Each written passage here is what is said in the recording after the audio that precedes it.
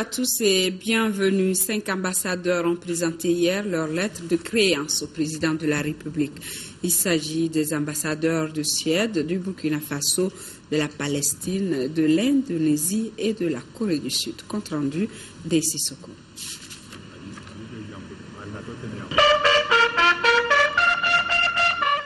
Eva Emneus de la Suède a été la première à se présenter devant le chef de l'État, Ibrahim Boubacar Keïta. Diplômée en anthropologie sociale et en administration des affaires, elle fait ses premiers pas dans la diplomatie suédoise en 1991 en servant en Lettonie avant d'entamer une riche carrière de diplomate qui la conduira dans des pays d'Europe de l'Est, puis en République démocratique du Congo. Avant de rejoindre Bamako, elle était ambassadeur de Suède en Algérie. Son pays entretient des relations étroites avec le Mali depuis l'ouverture d'un bureau de liaison dans notre pays en 2000. Stockholm soutient Bamako dans plusieurs secteurs, notamment dans celui de l'environnement, de la santé, de la lutte contre la pauvreté et la corruption, l'amélioration de la situation de la femme et de la fille, entre autres. Et dans le cadre de la sortie de crise de notre pays, la Suède a envoyé un contingent civil de 12 personnes dans le cadre de l'EUTM et annoncé une aide de 58,4 millions d'euros lors de la conférence de Bruxelles. Eva Emneus aura donc pour mission de perpétuer et d'intensifier les acquis en matière de coopération entre son pays et le Mali.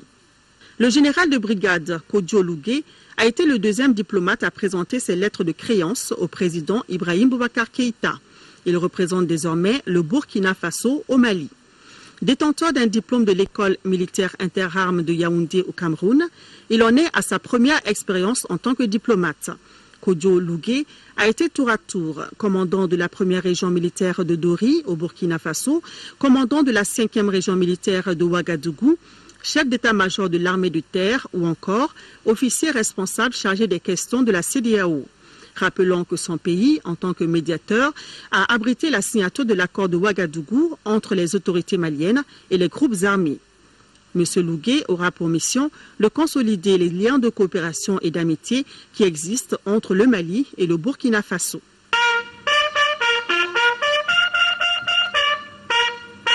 Le troisième diplomate à être reçu par le chef de l'État est l'ambassadeur de la Palestine. Abdal Karim Awaïda, c'est son nom, est diplômé de l'Université d'Alger et de l'Université de Malte. Précédemment chef du programme de formation diplomatique au ministère des Affaires étrangères de l'État de Palestine, Abdal Karim Awaïda remplace Abou Rabah qui a passé plus de 30 ans dans notre pays à œuvrer au renforcement des relations entre la Palestine et le Mali. Il convient de rappeler que la Palestine appuie le Mali dans la réalisation de différents projets de santé et dans le domaine artistique. Le Mali et la Palestine appartiennent à l'OCI et au mouvement des non-alignés. Juste après, c'était au tour de l'ambassadeur d'Indonésie de présenter ses lettres de créance à Ibrahim Boubacar Keïta. Andra Jati a une maîtrise des politiques internationales de l'Université libre de Bruxelles. Les relations internationales, les sciences sociales, politiques et économiques n'ont aucun secret pour lui. Depuis 1984, il représente son pays à travers le monde. Sa première expérience africaine a lieu en Afrique du Sud, où il reste pendant 3 ans en tant que consul général. Ce passage lui vaudra d'être nommé directeur Afrique au ministère des Affaires étrangères de son pays jusqu'à sa nomination au Mali. Tout comme les précédents ambassadeurs, Andra Jati aura pour mission de promouvoir la coopération entre les gouvernements maliens et indonésiens. Il a pour résidence Dakar. La boucle a été bouclée par l'ambassadeur de Corée, Shin Chong-weon. Bachelor en sciences politiques de l'Université nationale de Séoul, c'est un spécialiste du commerce international. Avant d'entamer sa carrière de diplomate, il était directeur général adjoint au Bureau du commerce multilatéral au ministère des Affaires étrangères et du commerce de Corée. Depuis l'établissement des relations entre le Mali et la Corée en 1990, l'aide coréenne a essentiellement porté sur des dons de véhicules et d'équipements. L'industrie malienne s'est également enrichie avec l'ouverture d'une usine de montage des véhicules de marque Hyundai qui a une capacité de production annuelle de 2000 véhicules. En tant qu'ambassadeur de Corée au Mali, la mission de Shin Chong-weon sera de consolider les liens d'amitié et de coopération entre nos deux pays. Il réside à Dakar. Remise de véhicules aux 8 gouverneurs de région et à celui du district de Bamako, entièrement financé par le budget national. Ils ont coûté 337 millions de nos francs. Des véhicules qui vont aider les gouverneurs dans leur mission quotidienne de restauration de l'autorité de l'État. Le compte rendu de Abdelkarim Kaba. Les administrations des régions et du district de Bamako, dans leur mission de tous les jours, voilà tout le sens de cette remise des clés. 9 véhicules 4x4 pour un coût total de plus de 337 millions de francs CFA. Un geste d'une importance capitale, surtout à l'approche des élections communales.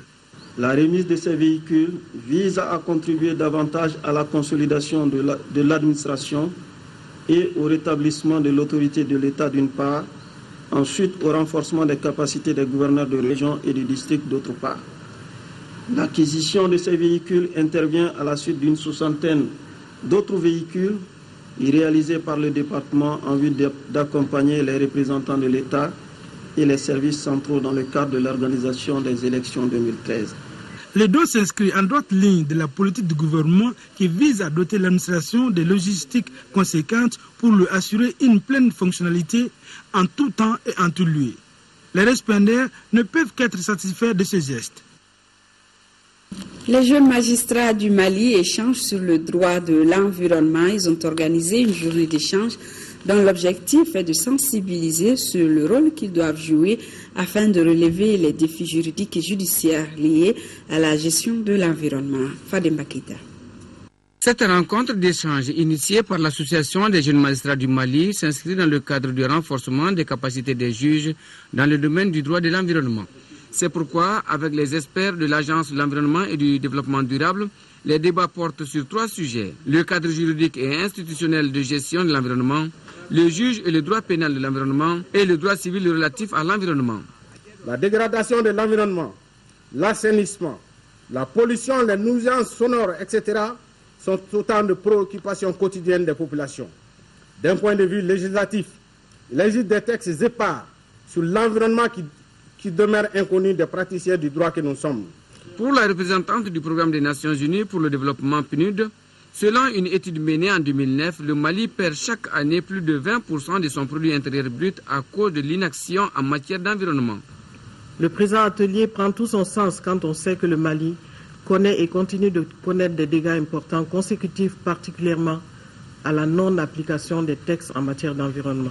Selon le premier responsable du département, l'ineffectivité d'une règle de droit est l'une des principales causes qui ouvrent la voie à toutes sortes d'abus et à la dégradation de l'espace. En raison de son apparition relativement récente, le droit de l'environnement n'était généralement pas enseigné en tant que matière dans les facultés de droit. Pour de nombreux juges, le droit de l'environnement pourrait donc être un domaine totalement inconnu. Il est donc urgent de faire en sorte que le droit de l'environnement ne reste pas lettre morte. Le ministre de la Justice garde des Sceaux propose l'insertion du dit volet dans le programme de l'Institut de formation judiciaire. Il est rare, et si on en faisait l'expérience, de trouver dans les parquets les textes applicables en matière de protection de l'environnement. Il est rare de trouver dans la documentation juridique active auprès des juridictions ces textes-là. Comment les appliquer? Parce qu'on n'en a pas reçu la formation qui puisse soutenir l'application de ces textes. Les 2 jours de débat permettront aux magistrats de trouver une solution à l'une de leurs préoccupations, à savoir la promotion de l'effectivité du droit de l'environnement à travers la recherche des voies et moyens susceptibles d'assurer la protection de l'environnement.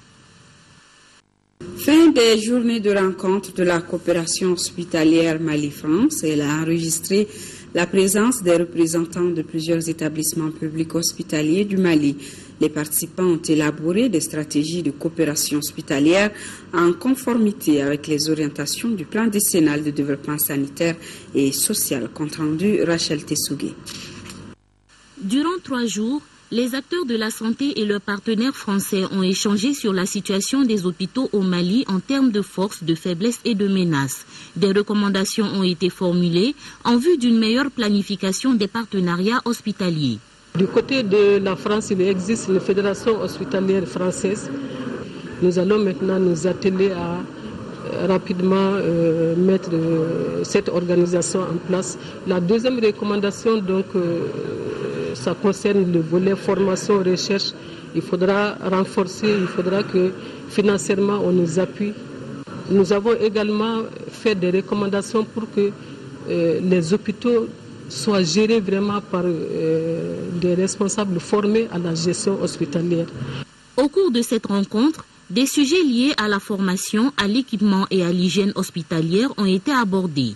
Les thématiques qui ont été abordées ont été très diverses. On a bien sûr des coopérations médicales qui ont principalement visé à la formation initiale ou continue de professionnels de santé, donc des médecins, des infirmières, des techniciens, laboratoires et autres. Deuxième aspect important à porter sur des actions d'aide à l'organisation.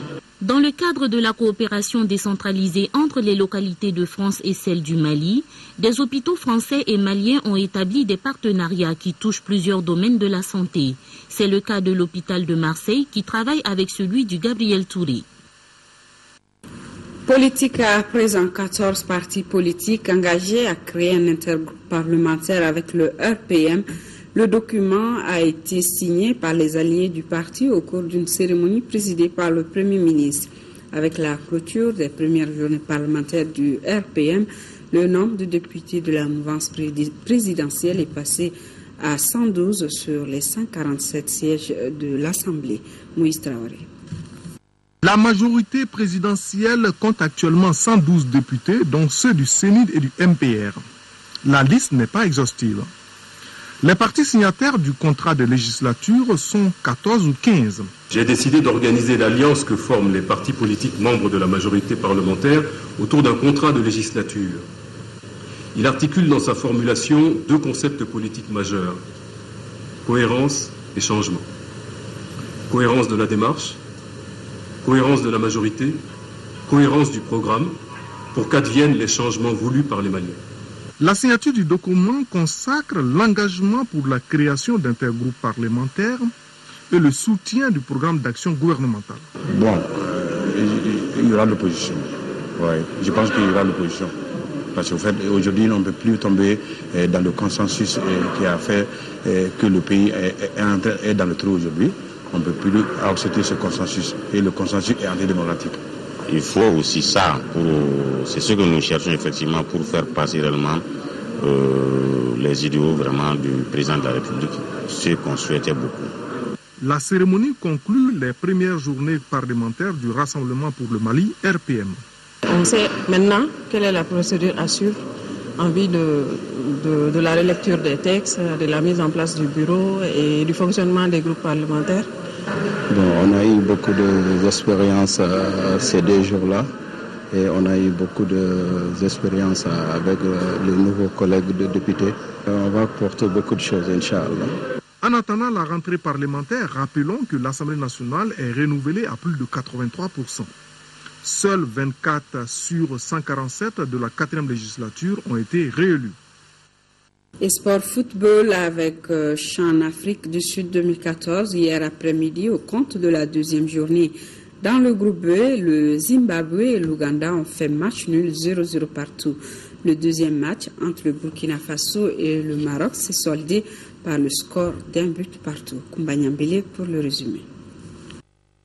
C'est à la 55e seconde que Barry El Ibrahim marque le but le plus rapide de la compétition depuis son démarrage en faveur du Maroc face à une équipe du Burkina Faso mal organisée en première période. 1-0 score à la pause. À la reprise, il a fallu attendre la 88e minute pour que Bassirou Ouedraogo signe le but égalisateur pour le Burkina Faso. 1-1, c'est d'ailleurs le résultat au terme de la rencontre. Le premier match du jour entre le Zimbabwe ici en jaune et l'Ouganda s'est soldé par un nul blanc. Pendant les 90 minutes, nous avons assisté à un match moyen dominé en grande partie par les Zimbabwéens, dont les attaquants se sont montrés maladroits plus d'une fois. Résultat final 0-0. Avec ces scores, la qualification se jouera dans le groupe B lors de la 3e et dernière journée de la phase de groupe. L'Ouganda reste en tête avec 4 points, suivi du Maroc 2 points, Zimbabwe 3e avec 2 points également et le Burkina Faso ferme la marge avec un petit point. C'est tout pour cette édition. Daisy Soko vous présente celle du soir. Merci et à demain 13h.